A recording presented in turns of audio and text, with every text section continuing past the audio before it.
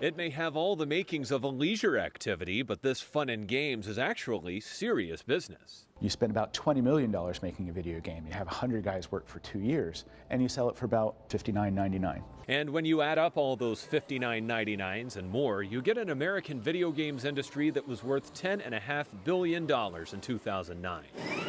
According to the Entertainment Software Association, the industry employs 120,000 people nationwide. I'm surrounded. More and more, a growing percentage of that workforce calls North Carolina home. There's about 45 companies total and about 1,200 to 1,500 employees in the Triangle area. We've got Los Angeles, the San Francisco Bay Area, Seattle, Austin, Texas, and Raleigh. I mean, those are really the areas where I think you find the most concentration of developers. The industry in the Triangle traces its roots to the 1990s and the virtual reality research that was taking place at UNC Chapel Hill. From those labs grew a handful of startup gaming companies. The industry was taking shape early last decade, but its real growth is recent. The games industry has probably grown by 30% over the last 5 years. When I first started in 2002, there were 20 of us here in Raleigh, and now we're about 550 worldwide. Academic institutions like UNC and NC State are a major reason for the industry's growth here.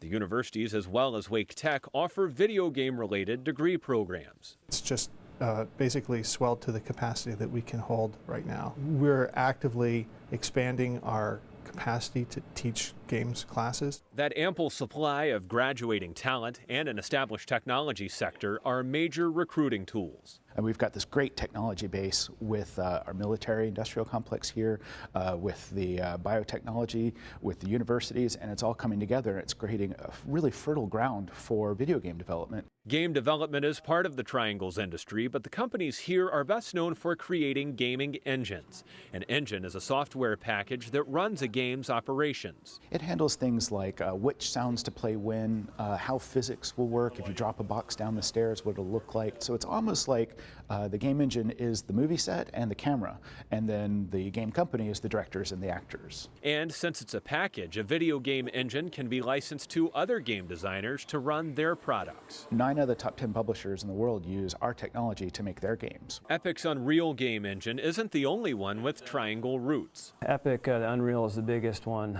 in the world, but we also have got about 4 out of the 5 top engines were kind of developed in the area, so we've got a big hold on that. In addition to Epic, companies like Emergent and Vicious Cycle also make well-known engines.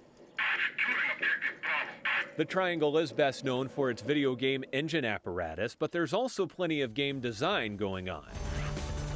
Insomniac Games' Ratchet & Clank has ties to the Triangle, along with Breach from Atomic Games. Epic makes Gears of War and Bulletstorm, among others. Video game characters' movements have gotten a lot more realistic over the years, and motion capture studios like this one are a big reason why. I'm wearing a suit filled with sensors right now, so every jump, every point of the gun, every step I make is being recorded and could possibly be put into a video game.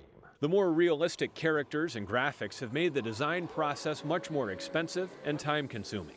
It can take as many as 5 years to design a game and tens of millions of dollars. Development costs for each video game have skyrocketed over the years. I mean, just exploded to outrageous amounts of money right now. And the Raleigh community offers a much lower cost of living, and therefore the cost of making games in the Raleigh community is much lower than it is in California. That gives the Raleigh community a huge advantage as costs become a bigger and bigger factor. Entertainment is a big part of the Triangle's gaming industry, but one of the fastest growing segments here has a much more serious focus. There are several companies in this area that have been moving over gradually from more of an entertainment market to a serious game strategy. I need something that's compatible with my smartphone. This is probably one of the top 3 markets in the country for this. Instead of entertaining, serious games are designed to teach. They offer a virtual reality that can provide valuable training to employees. It really impacts a different area of the brain when they've been through an actual experience, a scenario, and then when they're going out into the field to do it for real, they're actually feeling much more prepared to do it. The simulations from serious games can create high-risk situations for sales workers, bankers, teachers, and others. Location. I'm separated from my unit. The technology is also being used to help members of the armed forces deal with trauma they've suffered on the battlefield. The military also uses the technology to train before battle. It's a huge market. Military simulations alone are over $47 billion this year in revenue. And getting involved in the corporate world right now, it's estimated that over $1.5 billion will be spent in the U.S. this year just doing this type of training. Like so many other things, video game technology is increasingly moving to smartphones.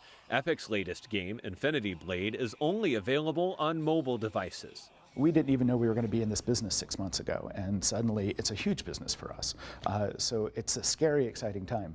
And Triangle gaming leaders say the region is well positioned to be successful in it. Last year, state lawmakers approved tax incentives in an effort to maintain and expand the gaming industry here. Got it. Okay. The growing academic and research efforts could also help. The universities that are here are doing research in the technologies that will enable the future games from 5, 10 years, 15 years out. Those intervening years will be important ones for the gaming industry. The number of companies doing business in the Triangle and the success they have could determine the industry's long-term role here.